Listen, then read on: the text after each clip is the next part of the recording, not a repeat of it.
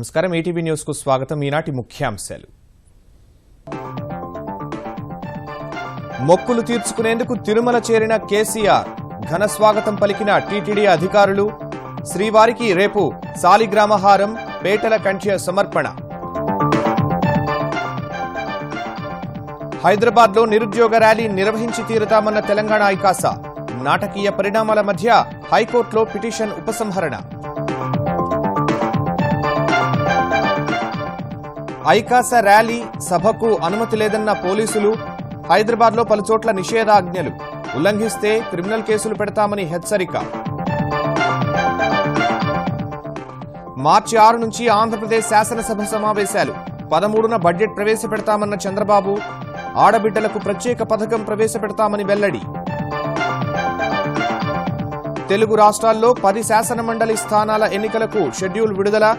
ఆంధ్రప్రదేశ్లో 7, తెలంగాణలో 3 స్థానాలకు మార్చి 17న పోలింగ్. అమెరికా ఆర్థిక వృద్ధిలో భారతీయుల కృషి ఉందన్న మోదీ. వృత్తి నిపుణుల పట్ల దూరదృష్టితో వ్యవహరించాలని యుఎస్ కాంగ్రెస్ సభ్యులకు సూచన. టెలికాం రంగంలో చరిత్ర సృష్టించిన జియో. 170 రోజుల్లోనే 10 కోట్ల మంది వినియోగదారులు. ఏప్రిల్ నుంచి $303 అపరిమిత సేవలు.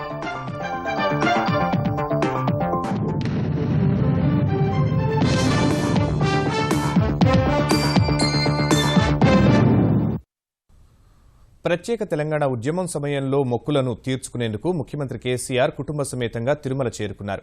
రేపు ఉదయం శ్రీవారిని దర్శించుకుని సాలిగ్రామహారం, పేటల కంఠ్యను సమర్పించి మొక్కు తీర్చుకుంటారు. అనంతరం పద్మావతి అమ్మవారిని కూడా దర్శించుకుని ముక్కు పుడకను సమర్పిస్తారు. కేసీఆర్ తిరుమల పర్యటన కోసం టీటీడీ అధికారులు అన్ని ఏర్పాట్లు చేశారు.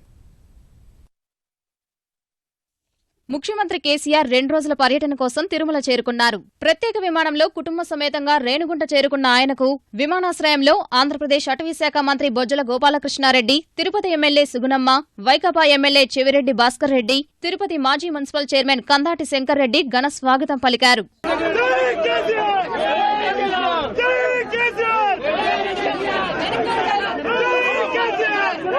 రేణుగుంట విమానాశ్రయం నుంచి రోడ్డు మార్గంలో తిరుమల శ్రీకృష్ణ అతిథి గృహానికి చేరుకున్న కేసీఆర్ కు టీటీడీ అధికారులు స్వాగతం పలికారు.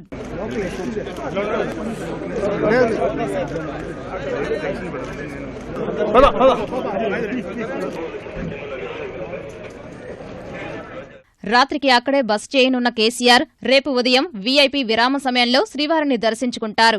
బంగారు సాలిగ్రామహారం, పేటల కంటెను సమర్పించి మొక్కు తీర్చుకుంటారు. అనంతరం తిరుచానూరులోని పద్మావతి అమ్మవారిని కూడా దర్శించుకుని ముక్కు పుడకన సమర్పిస్తారు.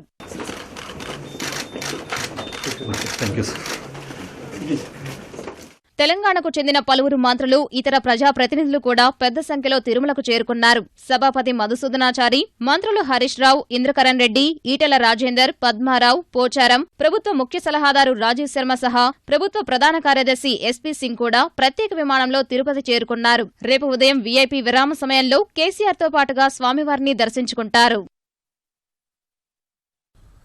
తెలంగాణ ఐకాస ఆధ్వర్యంలో రేపు నిర్వహించ తలపెట్టిన నిరుద్యోగ ర్యాలీపై వెనక్కి తగ్గబోమని ఐకాస అధ్యక్షుడు కోదండరాం స్పష్టం చేశారు. నిరసన తమ హక్కన్న ఆయన అనుకున్నట్టుగా ర్యాలీ నిర్వహించే ప్రయత్నం చేస్తామని స్పష్టం చేశారు.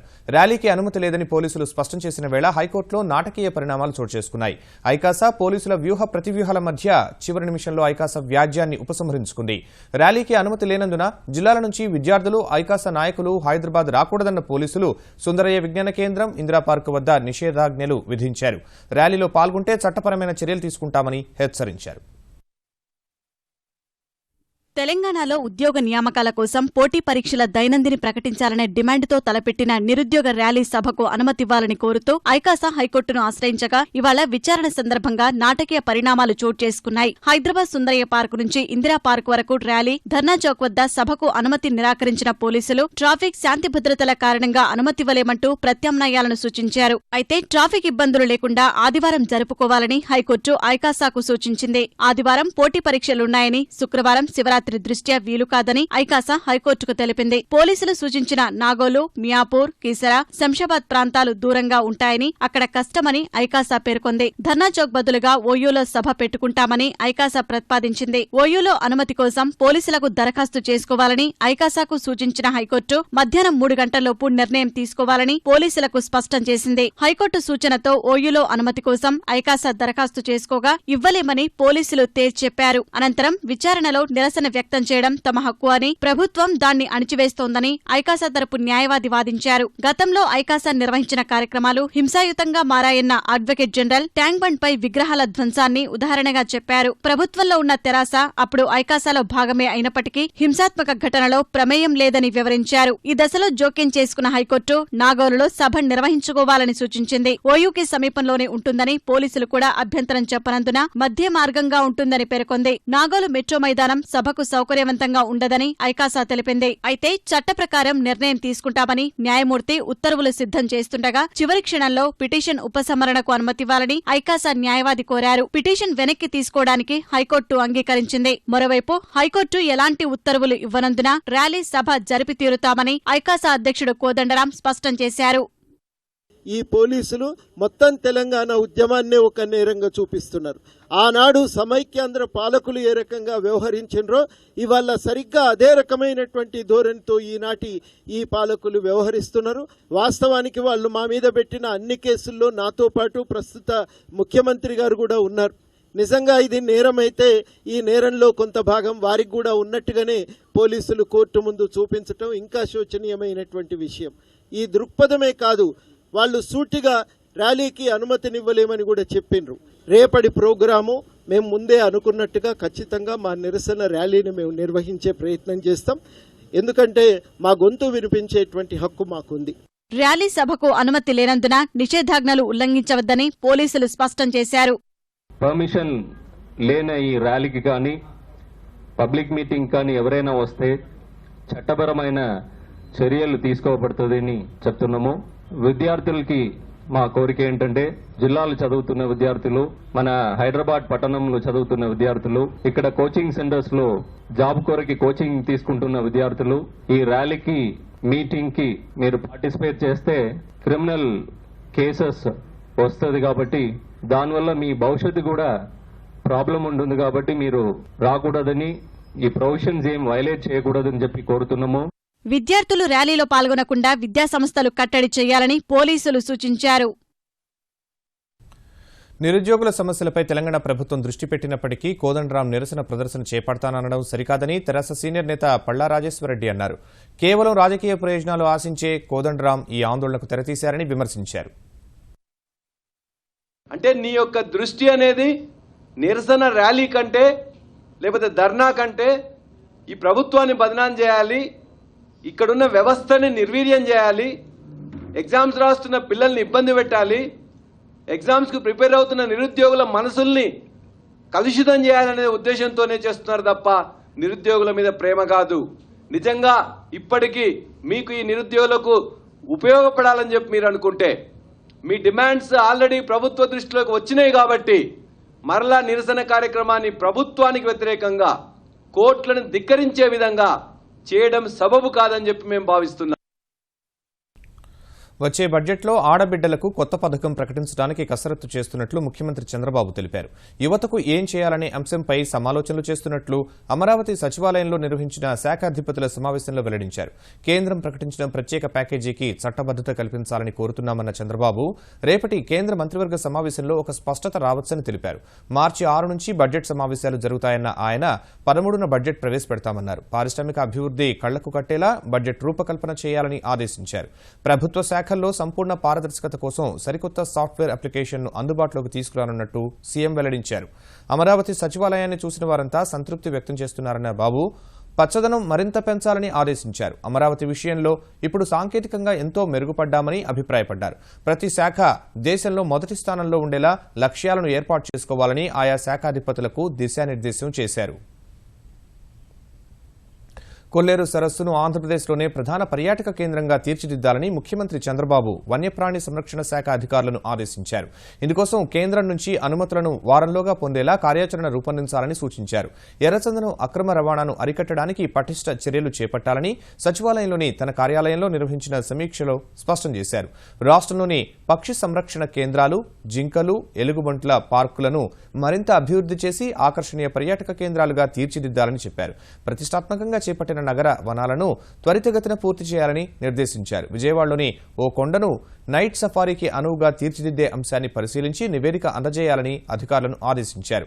అడవుల్లో పెద్ద ఎత్తున చెక్ డ్యాంలు నిర్మించి అటవీ విస్తీర్ణం పెంచడానికి చర్యలు తీసుకోవాలని చెప్పారు. రాష్ట్రంలో ఎవరు మొక్కలు పెంచేందుకు ముందుకొచ్చినా అడిగిన వెంటనే మొక్కలు అందించేలా ట్రీ బ్యాంక్ ఏర్పాటు చేయాలని, అవసరమైతే ఆన్లైన్లో కూడా మొక్కలు అందించడానికి సిద్ధంగా ఉండాలన్నారు. తీర ప్రాంతంలో మామిడి తోటల పెంపకం చేపట్టాలని సూచించారు. ఆంధ్రప్రదేశ్లో మరిన్ని పాస్పోర్ట్ సేవా కేంద్రాలు ఏర్పాటు చేయాలని ముఖ్యమంత్రి చంద్రబాబు విదేశాంగ మంత్రి సుష్మా స్వరాజ్ను కోరారు. ఈ మేరకు లేఖ రాసిన ఆయన తొలి విడతలో మంజూరైన కర్నూలు, కడపతో పాటు నెల్లూరులోనూ పాస్పోర్ట్ సేవా కేంద్రాన్ని ఏర్పాటు చేయాలని విజ్ఞప్తి చేశారు. రెండో విడతలో శ్రీకాకుళం, విజయనగరం, చిత్తూరులోనూ పాస్పోర్ట్ సేవా కేంద్రాలు ఏర్పాటు చేయాలని కోరారు. నగదు రహిత లావాదేవీలు ప్రోత్సహించేందుకు వినియోగదారులకు క్యాష్ బ్యాంక్ పథకం తీసుకురావడం సహా మరిన్ని చర్యలు చేపట్టనున్నట్లు నీతి ఆయోగ్ ప్రకటించింది. డిజిటల్ లావాదేవీల వైపు ప్రజల్ని మళ్లించేందుకు డిసెంబర్ 25 నుంచి నిర్వహిస్తున్న డిజిధన్ మేళా ద్వారా ఇప్పటివరకు సాధించిన పురోగతిని నీతి ఆయోగ్ ముఖ్య కార్యనిర్వహణ అధికారి అమితాబ్ కాంత్ ఢిల్లీలో వివరించారు. దేశవ్యాప్తంగా డిజిటల్ లావాదేవీలు జరిపిన వారిలో 9,80,000 మందిని డ్రా ద్వారా ఎంపిక చేసి 153,50,00,000 రూపాయల నగదు బహుమతులు అందించినట్లు వెల్లడించారు. ఇందులో 9,20,000 మందికి పైగా అదృష్ట వినియోగదార పథకం కింద ప్రోత్సాహకాలు పొందగా మిగిలిన 56,000 మంది వ్యాపారులని తెలిపారు. డిజిటల్ లావాదేవీలు నిర్వహించిన వారిలో 120 మంది వినియోగదారులు ఒక్కొక్కరు ₹1,00,000 చొప్పున ప్రోత్సాహక బహుమతి గెలుచుకున్నారని నీతి ఆయోగ్ సీఈఓ అమితాబ్ కాంత్ వెల్లడించారు. ప్రధానమంత్రి ఆవాస్ యోజన కింద పట్టణ ప్రాంతాల్లో తక్కువ ఖర్చుతో నిర్మించే ఇళ్ల నిర్మాణంలో పాల్పంచుకునేందుకు ఒక ప్రైవేటు సంస్థ కూడా ముందుకు రాకపోవడం పట్ల కేంద్ర పట్టణాభివృద్ధి మంత్రి వెంకయ్య అసహనం వ్యక్తం చేశారు. ఈ తరహా ఇళ్ల నిర్మాణంలో ప్రైవేట్ బిల్డర్లు భాగస్వామ్యం తీసుకోవాల్సిన అవసరం ఎంతైనా ఉందని ఢిల్లీలో జరిగిన స్థిరాస్తి వ్యాపారుల సదస్సులో సూచించారు. అటు కొన్ని రాష్ట్రాలు స్థిరాస్తి చట్టం 2016 స్ఫూర్తిని దెబ్బతీస్తున్నాయంటూ వస్తున్న వార్తలపై వెంకయ్య ఆవేదన వ్యక్తం చేశారు. Whatever the parliament has approved, that spirit has to be there reflected in the rules made by the states. And I told them no diversion, no deviation. But at the same time, we must understand we are in a cooperative federal system. And the states have a right depending on the local situation, local requirement. It's a very delicate matter where center and state, both of us, our powers have been clearly marked in by the constitution, and parliament also have made it very clear. I would urge upon the states, keep this spirit in mind and then follow the same. భారత telecom రంగంలో విప్లవాత్మక మార్పులు తెచ్చిన Reliance Jio సరికొత్త చరిత్ర సృష్టించింది. సేవలు ప్రారంభించిన 170 రోజుల్లోనే ఏకంగా 10 కోట్ల మంది వినియోగదారుల్ని సంపాదించడం సహా చరవాణి అంతర్జాలం వినియోగంలో భారత్ను ప్రపంచంలోనే అగ్రగామి దేశంగా నిలబెట్టింది. సుమారు 6 నెలలుగా ఉచిత సేవలు అందిస్తున్న జియో ఏప్రిల్ 1 నుంచి కొత్త టారిఫ్ ప్లాన్లు అమల్లోకి వస్తాయని ప్రకటించింది. నెలకు ₹303 చెల్లించి అపరిమిత కాల్స్, డేటా పొందేలా జియో ప్రైమ్ పేరిట ప్రత్యేక పథకాన్ని సంస్థ అధినేత ముఖేష్ అంబానీ ప్రకటించారు. ఇతర సంస్థల కంటే చౌకైన నాణ్యమైన సేవలు అందిస్తామని స్పష్టం చేశారు. గతేడాది సెప్టెంబర్ 5న 4G సేవలు ప్రారంభించిన రిలయన్స్ జియో 10 కోట్ల మంది వినియోగదారుల్ని సంపాదించాలన్న లక్ష్యాన్ని సునాయాసంగా చేరుకుంది. ఈ మైలురాయిని చేరుకోవడంలో సహకరించిన వారందరికీ రుణపడి ఉంటానని రిలయన్స్ ఇండస్ట్రీస్ అధిపతి ముఖేష్ అంబానీ చెప్పారు. గత 170 రోజుల్లో సగటున ఒక్కో సెకనుకు 7 వినియోగదారులు జియో నెట్వర్క్ లో చేరినట్లు వివరించారు. ఈ కాలంలో 100 కోట్ల గిగాబైట్ల డేటాను వినియోగించారన్న ఆయన ఫలితంగా ప్రపంచంలో అతిపెద్ద మొబైల్ వీడియో నెట్వర్కుల్లో జియో ఒకటిగా నిలిచిందని తెలిపారు. In a few short months, Jio customers have created numerous records. Every single day, Jio users make more than 200 crore minutes of voice and video calls. And when it comes to data, remember, before Jio, India was 150th in the world in broadband penetration. But last month, Jio users consumed more than 100 crore gigabytes of data. Today, India is the #1 country in the world for mobile data usage. నూతన ఏడాది కానుకగా ప్రస్తుతం ఉచిత calls data అందిస్తున్న పథకం మార్చి 31తో ముగుస్తుందని ముఖేష్ అంబానీ స్పష్టం చేశారు. ఆ తరువాత కూడా ఉచిత కాల్స్, నేషనల్ రోమింగ్ సేవలు అందిస్తామని ప్రకటించిన ఆయన జియో ప్రైమ్ పేరిట సరికొత్త పథకం తీసుకొస్తున్నట్లు వెల్లడించారు. ప్రస్తుత వినియోగదారులు సహా మార్చి నెలాఖరులోగా జియో కనెక్షన్ తీసుకునేవారు ఈ పథకంలో చేరవచ్చని తెలిపారు. All of these Jio customers can enroll for the Jio Prime membership for a full year for a nominal one-time fee of only ₹99. Enrollment will start from the 1st March and will remain open until 31st March 2017. Jio Prime members can continue enjoying the unlimited benefits that they have got used to during the Jio New Year offer for another 12 months until 31st March 2018. Only the Jio Prime members can get this tremendous value for a rock-bottom introductory price of only ₹303 per month. Jio Prime members can get the full bouquet of Jio's media services worth over ₹10,000 for an annual subscription, completely free. ఇతర telecom సంస్థలు ప్రకటించే ఆఫర్లను ఎప్పటికప్పుడు పరిశీలించి వాటికన్నా చౌకైన ప్లాన్లు తీసుకొస్తామని ముఖేష్ అంబానీ తెలిపారు. నిర్ణీత ధరకు ప్రత్యర్థి సంస్థలు ఇచ్చే డేటా కన్నా జియో 20% అధిక డేటా ఇస్తుందని హామీ ఇచ్చారు. చౌకైన, వేగవంతమైన, నాణ్యమైన సేవలు అందించడమే రిలయన్స్ జియో ప్రాధాన్యమని స్పష్టం చేశారు. Today, we already have more than double the number of 4G base stations when compared to those of all the other Indian operators put together. In the coming months, we will more than double again our data capacity, and this means even better quality for our customers. By the end of 2017, the Jio network will be present in nearly all the cities, towns, and villages of India and cover 99% of our country's population. My Jio app లేదా Jio website లేదా Jio store ద్వారా Jio prime పథకంలో వినియోగదారులు చేరవచ్చని ముఖేష్ అంబానీ వివరించారు. అన్నాడీఎంకేలో సంక్షోభం నేపథ్యంలో తమిళనాడు శాసనసభలో నిర్వహించిన బల పరీక్షను సవాల్ చేస్తూ ప్రతిపక్ష డీఎంకే వేసిన వ్యాజ్యంపై విచారణను మద్రాస్ హైకోర్టు బుధవారానికి వాయిదా వేసింది. డీఎంకే పిటిషన్పై ఇవాళే విచారణ జరగాల్సి ఉండగా బుధవారం వాదనలు వింటామని న్యాయస్థానం ప్రకటించింది. ఈ నెల 18న అనేక నాటకీయ పరిణామాల మధ్య ముఖ్యమంత్రి పళనిస్వామి నెగ్గిన బల పరీక్ష నిబంధనలకు విరుద్ధంగా జరిగిందంటూ ఇప్పటికే గవర్నర్కు లేఖ రాసిన డీఎంకే సోమవారం మద్రాసు ఉన్నత న్యాయస్థానాన్ని ఆశ్రయించింది.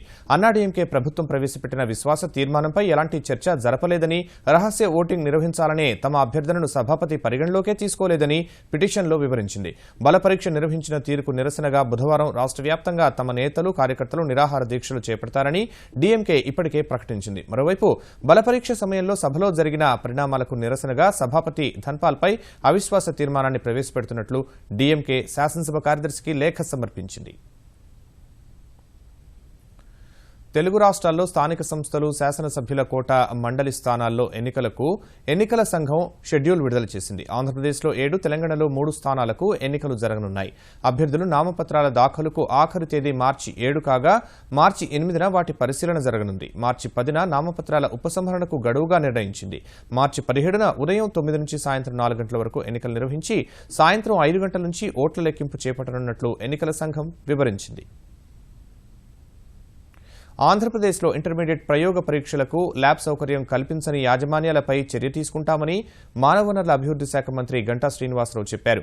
మార్చి 1 నుంచి జరగనున్న ఇంటర్ తొలి సంవత్సరం పరీక్షలకు 5,23,000 మంది, రెండో సంవత్సరం పరీక్షకు 5,08,000 మంది హాజరవుతారని తెలిపారు.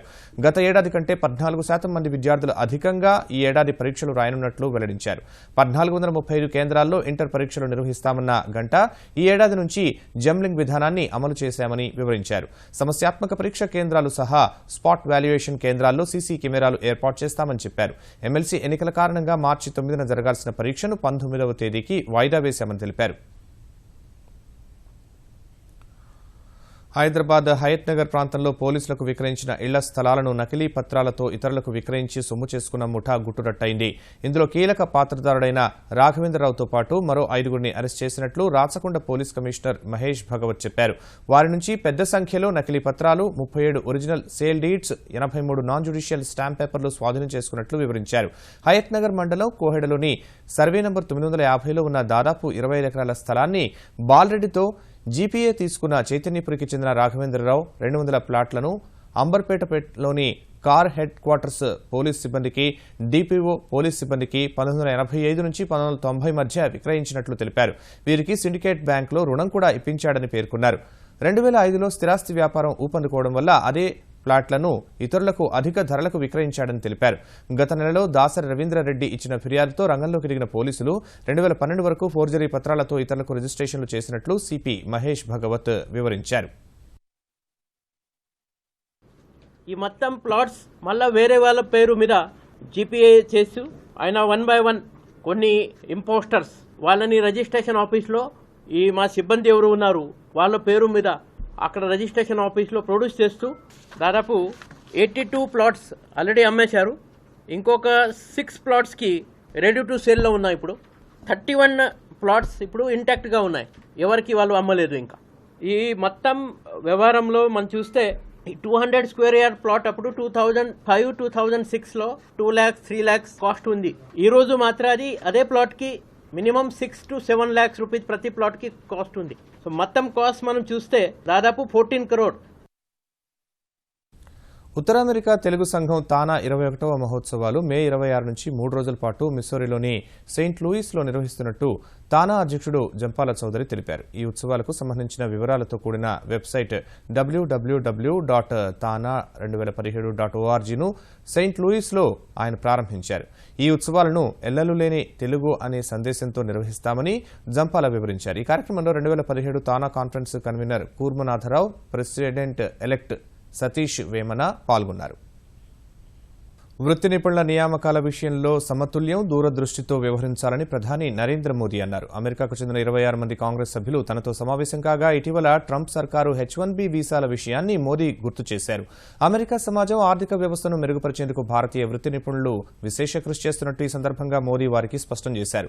ట్రంప్ తనతో ఫోన్లో మాట్లాడిన విషయాన్ని ఆ దేశ కాంగ్రెస్ సభ్యుల వద్ద ప్రస్తావించిన మోదీ గత 2.5 ఏళ్లలో భారత్ అమెరికా బంధం మరింత దృఢంగా మారిందని వివరించారు. భారత పర్యటనలో ఉన్న మైక్రోసాఫ్ట్ ముఖ్య కార్యనిర్వహణ అధికారి సత్య నదెళ్ల ప్రధాని నరేంద్ర మోదీతో సమావేశమయ్యారు. గ్రామీణ ఆరోగ్య సంరక్షణ విద్యను డిజిటలీకరించేందుకు తమ సంస్థ చేస్తున్న కృషిని సత్య నదెళ్ల ప్రధానికి వివరించారు. అంతకుముందు కేంద్ర ఐటీ మంత్రి రవిశంకర్ ప్రసాద్తో సమావేశమైన నదెళ్ల లింక్డ్ ఇన్ ద్వారా దేశంలో ఉద్యోగాల కల్పనపై చర్చించారు. మహారాష్ట్రలో హరిసాల్ పైలట్ ప్రాజెక్టు ద్వారా విద్య, వైద్య రంగంలో మైక్రోసాఫ్ట్ తీసుకొచ్చిన సంచలనాత్మక మార్పులను మంత్రి ప్రశంసించారు. ముంబై దాడుల సూత్రధారి హఫీజ్ సయీద్ పాకిస్తాన్కు పెనుముప్పు కాగలడని ఆ దేశం ఆందోళన వ్యక్తం చేసింది. 2008లో ముంబైలో దాడులు జరిపించి 166 మందిని బలిగొన్న అతడి పట్ల ఇన్నాళ్లు ఉదాసీనంగా వ్యవహరించిన పాకిస్తాన్ ఉగ్రవాదంతో సయీద్కు సంబంధం ఉందని ఈ మేరకు తొలిసారి బహిరంగంగా అంగీకరించింది. అంతర్జాతీయ ఒత్తిళ్లతో ఉగ్రవాద నిరోధక చట్టం కింద జనవరి 30న జమాత్-ఉద్-దవా అధినేత సయీద్ను లాహోర్లో గృహ నిర్బంధం చేయగా తమ దేశ ప్రయోజనాల దృష్ట్యా ఆ నిర్ణయం తీసుకున్నట్లు పాకిస్తాన్ రక్షణ మంత్రి ఖవాజా ఆసిఫ్ చెప్పారు. ఛత్తీస్గఢ్లోని నారాయణపూర్ జిల్లాలో జరిగిన ఎదురుకాల్పుల్లో 7 మావోయిస్టులు హతమయ్యారు. పుష్పల్ గ్రామంలోని అడవుల్లో ఈ ఘటన చోటు చేసుకున్నట్టు మావోయిస్టు వ్యతిరేక దళ ప్రత్యేక డీజీపీ అవస్థీ తెలిపారు. దంతేవాడ జిల్లాలో భద్రతా సిబ్బంది కూంబింగ్ నిర్వహిస్తున్న సమయంలో మావోయిస్టులు కాల్పులకు తెగబడ్డారని తెలిపిన అవస్థీ వెంటనే పోలీసులు ఎదురుదాడికి దిగినట్టు వివరించారు. వ్యాపార దిగ్గజం టాటా గ్రూప్లో చంద్ర శకం ప్రారంభమైంది. 1.5 శతాబ్దం చరిత్ర కలిగిన టాటా సన్స్ కు చైర్మన్ గా 54 ఏళ్ల ఎన్ చంద్రశేఖరన్ బాధ్యతలు స్వీకరించారు. సైరస్ మిస్త్రీ తొలగింపు తర్వాత తాత్కాలిక చైర్మన్ గా వ్యవహరిస్తున్న రతన్ టాటా ముంబైలోని టాటా ప్రధాన కార్యాలయమైన బొంబై హౌస్ లో గ్రూపు సారథ్య బాధ్యతల్ని చంద్రశేఖరన్ కు అప్పగించారు. టాటా గ్రూప్ కు సారథ్యం వహించే అవకాశం రావడాన్ని గౌరవంగా భావిస్తారని చెప్పిన చంద్రశేఖరన్ మిస్త్రీ తొలగింపు అనంతర పరిస్థితుల్ని చక్కదిద్దేలా అందరినీ ఏకతాటిపైకి తీసుకురావడమే తన ప్రాధాన్యమని సంకేతాలిచ్చారు. ఈటీవీ న్యూస్ సమాప్తం. నమస్కారం.